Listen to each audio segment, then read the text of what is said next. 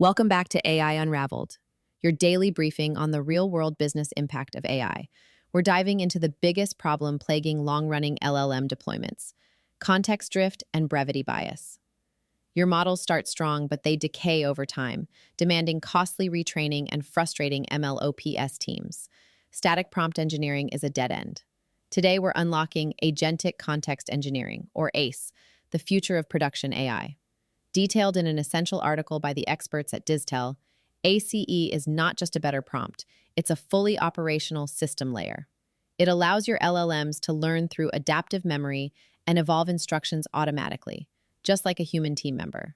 But first, a word on reaching the right audience. Are you still marketing to the general public? Stop. Your platform solves the hardest challenge in tech: getting secure, compliant AI into production at scale. But are you reaching the right 1%? AI Unraveled is the single destination for senior enterprise leaders, CTOs, VPs of engineering, and MLOps heads who need production-ready solutions like yours. We have reserved a limited number of high-impact mid-roll ad spots. This is a direct line to your most valuable buyers. Don't wait for the competition. Secure your spot immediately by emailing us at info@dgamgatech.com. The real power of ACE is its core primitives: evaluation and self-reflection. Diztel's framework uses a generator, reflector, and curator pipeline to benchmark and auto-improve agents, giving MLOps teams a new governance layer and complete visibility into how context evolves. As Diztel puts it, ACE doesn't just prompt models. It teaches them how to remember, reflect, and evolve without retraining. If you're serious about scaling agents, this is the blueprint. That's all coming up right after the break, and you can read the full article at diztel.com. So if you're using today's large language models, maybe fine-tuning one for work, or even just getting help with some code, you pretty quickly hit this wall, right? Right. They're amazing, truly brilliant, but they just don't learn as they go. Exactly. They're incredibly powerful, but they're kind of frozen in time. The Yeah. PPT or Claude you interact with, it's essentially the same model it was the moment its, massive initial training finished months ago. Right. Use it 100 times, it makes the same mistake 100 times. It never adapts. It just forgets every single time. It forgets, and that's the real crux of the issue. And if you, the user, actually want that system to get better, to say, learn a new company rule, or stop making that one specific error in your process, well, that becomes this huge effort. You basically have to rebuild it. You do. You're talking about fine-tuning, maybe even retraining the whole neural network. And that's slow. It needs massive compute power, constant human oversight, labeling data. It's just... Yeah, it's expensive. Very. The cost, the overhead. It makes this idea of continuous real-world AI adaptation almost impossible for most companies. It feels unsustainable. But the research we looked at today points to something different, a framework that might actually change this whole dynamic. Yeah. It's from Stanford, and they call it Agentic Context Engineering, ACE for short. ACE, yeah. It's presented as this potential path towards genuinely self-improving AI.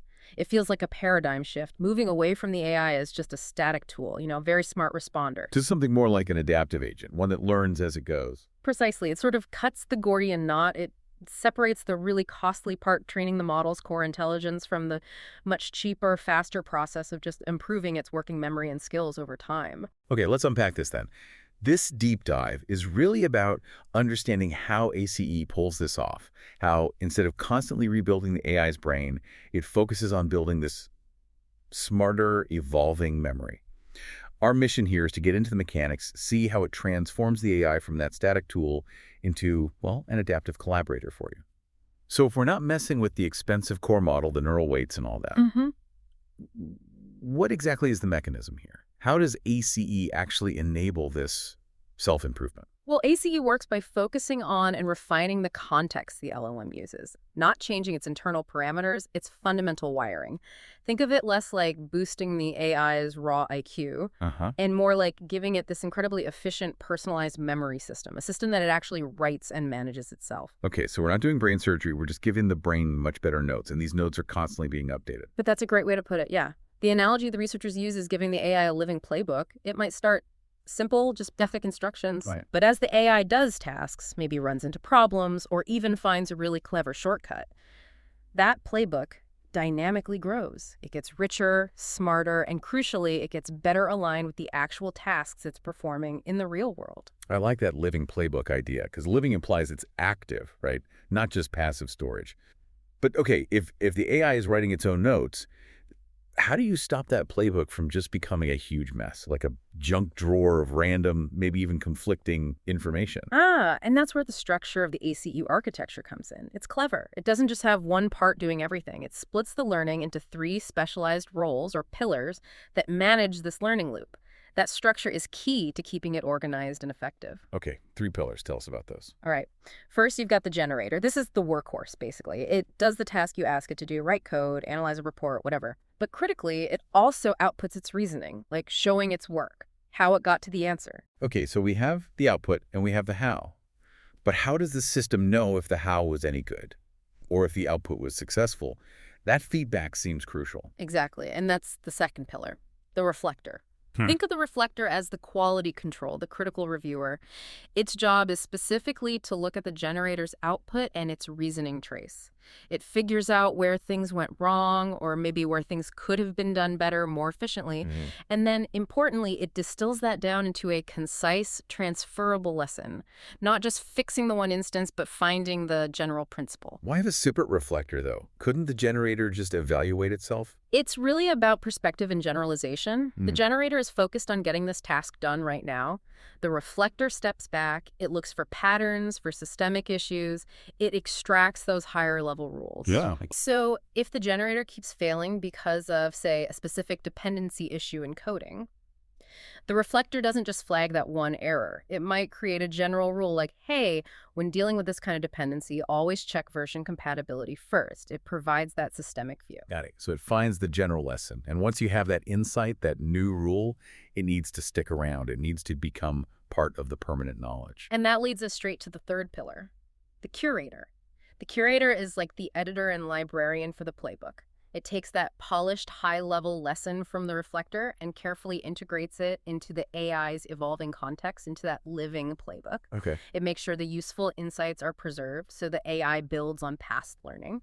But it also prunes things, maybe removes redundant rules or outdated information to keep the playbook efficient and prevent it from getting bloated. So the key mechanism here seems to be these incremental context updates. It's not rewriting the whole playbook every time it learns something tiny.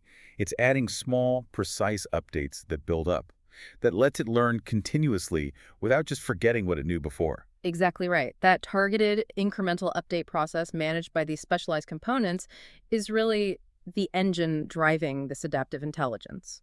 And this whole structure sounds like it's designed specifically to overcome the problems with how LLMs work now what the source is called static context. Can you remind us why relying only on static context is such a limitation? Yeah, static context is inherently temporary. When you talk to a standard LLM, your instructions, the conversation history, it's all treated as input for that specific session.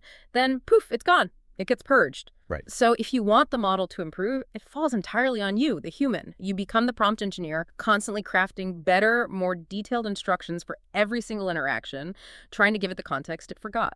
But that manual approach, trying to constantly feed it the right context, it hits these walls. The sources call them the 2 biggest killers of long-running AI performance. Oh, they absolutely are. The first one is brevity bias. It's just human nature, really. When we manually refine a prompt over time, what starts as maybe a detailed, careful instruction, we tend to shorten it, compress it. We simplify for convenience. Yeah, I can see that. It's like the analogy they used in the novel editor. Imagine writing a book, and every morning your editor deletes half of yesterday's chapter just to save space. Exactly. Crucial details just vanish. The AI's output gets shallower, it loses nuance, because that essential scaffolding, that detailed context, keeps getting chipped away by our own attempt to be efficient. And the second killer, context collapse. This is almost the opposite problem, right? We try to fight brevity bias by just cramming everything into the prompt. Right. You pile on instructions, history, examples, notes, trying to give the model everything it might possibly need. But the context window isn't infinite. Yeah. Eventually you overload it. The model starts effectively overwriting or just ignoring older but still critical information buried deep in that massive prompt. It's like that image of stacking too many sticky notes eventually. The bottom ones just fall off, ignored. The model can only really focus on the most recent stuff. Honestly, who hasn't done that? You scroll back up in a long chat history trying to find that key instruction from an hour ago, and you realize the AI seems to have totally forgotten it. It feels like a very human limitation, but it's baked into the current AI design. And ACE is designed as a systemic fix for both. It tackles brevity bias and context collapse head-on. By having the curator manage this structured, evolving playbook, the AI accumulates useful knowledge in a dense, high-quality format. It doesn't suffer from that constant human-driven compression or just random overload. So the goal is that the AI actually becomes more knowledgeable, more context-aware, the longer it works, not less. Precisely. That's the core idea. Okay, let's make this more concrete. Theory is great, but how does this shift from a reactive tool to an adaptive agent actually look in practice? The Python script example from the sources seems like a good illustration. Yeah, it's a really clear one. So imagine you have an ACE agent, and its task is to automate some file processing using a Python script for a user. The generator writes the code. Okay. But, the script fails. Why? Because it hard-coded a file path like C users Bob instead of using a method that works for any user's directory. Right. So in the old way, with a standard LLM, the system just stops. It failed. And you, the developer, have to go back, figure out the error, and then manually update your prompt. Hey, AI, next time, please use variable paths like os.path.expandiser. Exactly. You have to explicitly teach it again. But with the ACE agent, this failure triggers the learning loop. The generator produced the faulty code in its reasoning.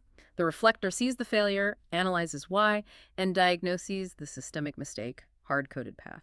Then, the reflector extracts that general lesson. Okay, when dealing with user directories in Python, the best practice is always use the os.path.expandiser function. And that specific rule, use os.path.expandiser. That's not just a one-off correction. The curator takes that lesson And adds it to the living playbook. It becomes a permanent piece of the agent's knowledge about writing good Python code. So the crucial difference is the outcome next time. Exactly. The next time this ACE agent gets a similar coding task involving user files, it just automatically applies that os.path.expandiser function. Nobody needs to remind it in the prompt. It has genuinely learned and integrated a coding best practice through its own mistake and reflection. That really is a fundamental shift. The AI stops being this static thing you have to constantly guide with detailed prompts where we do all the learning and refining. Right. And it starts acting more like a collaborator that gets better on its own. ACE basically automates that whole painful cycle of prompt engineering and capturing lessons learned. It builds it into the system itself. Yeah, if you compare them side by side, the difference is stark. Your traditional prompt-engineered LLM, its learning is static, its context is temporary just for the session.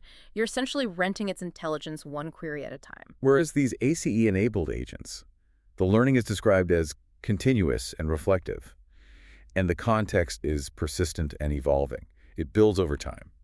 And that difference flows directly to the cost. Improving a traditional model, that cost is high. You need those big, expensive retraining or fine-tuning cycles. Right. With ACE. The improvement cost is potentially very low. Learning happens through these tiny, computationally cheap, incremental updates to the context playbook.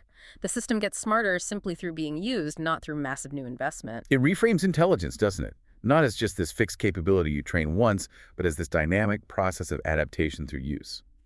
Okay, but let's talk results. Concepts are nice, but did it actually work? What did the Stanford experiments show in terms of measurable data? The numbers they reported are pretty striking. First, efficiency. ACE apparently reduced adaptation latency, basically, how long it takes the model to learn and apply a new lesson by over 80%.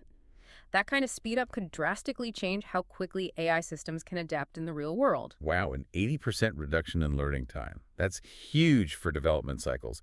Did that speed translate into actually performing tasks better? It seems so. On standard benchmark tests for AI agents, they saw results improve by about 10.6% overall. Okay. And maybe even more interestingly, for more specialized, complex areas like financial reasoning tasks, the improvement was around 8.6%. That 8.6% in financial reasoning is definitely noteworthy.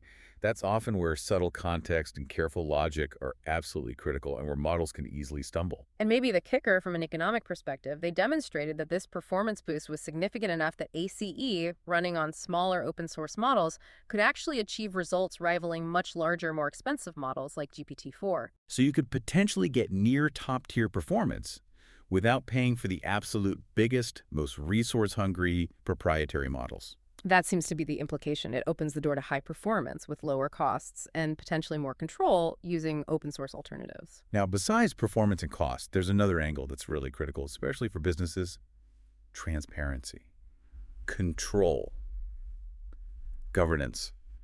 How does ACE deal with the black box problem, the fact that we often don't know why an AI makes the decisions it does? That's actually one of the most compelling aspects because all the learning, all the adaptation is stored right there in that living playbook as these human-readable entries like bullets or rules. The entire evolution of the model's behavior becomes auditable. You can actually see why it changed its approach. That is huge, because when you fine-tune a regular model, the changes are spread across billions of internal numbers, right? Right. You see the output change, but you have no clear idea why. Exactly. With ACE, if the AI suddenly starts handling file paths differently, you can literally open the playbook, find the rule added by the curator, like the os.path.expand user example, and know precisely why that change occurred. So it makes the systems learning process interpretable. You could track it, manage it, maybe even roll back specific learned behaviors if needed. Potentially, yes. It allows the AI's evolving knowledge to be integrated into standard MLOps pipelines. You get visibility, you get control. It offers a level of safety and compliance oversight that's just missing when you're dealing with opaque, retrained models. Okay, so pulling this all together, what's the big picture takeaway here? ATE seems to fundamentally decouple the evolution of knowledge from the very expensive process of retraining the core model. It potentially makes AI development faster, safer, and maybe more sustainable for long-term real-world use. I think that's right. It offers a plausible path towards AI systems that can genuinely get better based on feedback from the real world they operate in. Think about automated customer service or systems navigating complex rules in finance or healthcare. They wouldn't need to wait for these massive, infrequent retraining cycles to adapt. Or even just thinking about a personal AI assistant. Imagine one that doesn't just answer your questions, but actually adapts day by day, learning from your interactions, your successes, your corrections, getting better tuned to your specific needs, your writing style, your projects. Yeah, an assistant that gets genuinely smarter for you the more you use it. It builds up this personalized understanding, that ability to kind of automatically bridge the gap between today's smart but static AI and tomorrow's truly adaptive self-learning systems. That feels like the core promise here. It really makes you think. The last decade in AI felt defined by this race to build bigger and bigger models. Maybe the next decade is about teaching these models how to learn effectively on their own, quickly, efficiently, and transparently. Which leaves a really interesting question for you, the listener, as this kind of technology potentially moves forward. It seems the question isn't really, can AI learn anymore? It's becoming, how soon will my AI start learning all by itself? That's it for today's deep dive. We hope you walked away with actionable insights for your enterprise strategy. Before you go, let me remind you of the unparalleled value of this platform. AI Unraveled delivers deep, uncompromised technical insight that keeps our audience, senior enterprise leaders, tuned in to the very last minute. That sustained attention is the best place for your ad. This is your opportunity for a direct line to your most valuable buyers, the CTOs, VPs of engineering, and MLOps heads who sign off on high-stakes infrastructure. Stop wasting budget on general marketing noise. Secure your high-impact premium ad campaign right here. Email us today to reserve your mid-roll package, info@djamgatech.com. Thank you for listening to AI Unraveled. We'll be back tomorrow with more.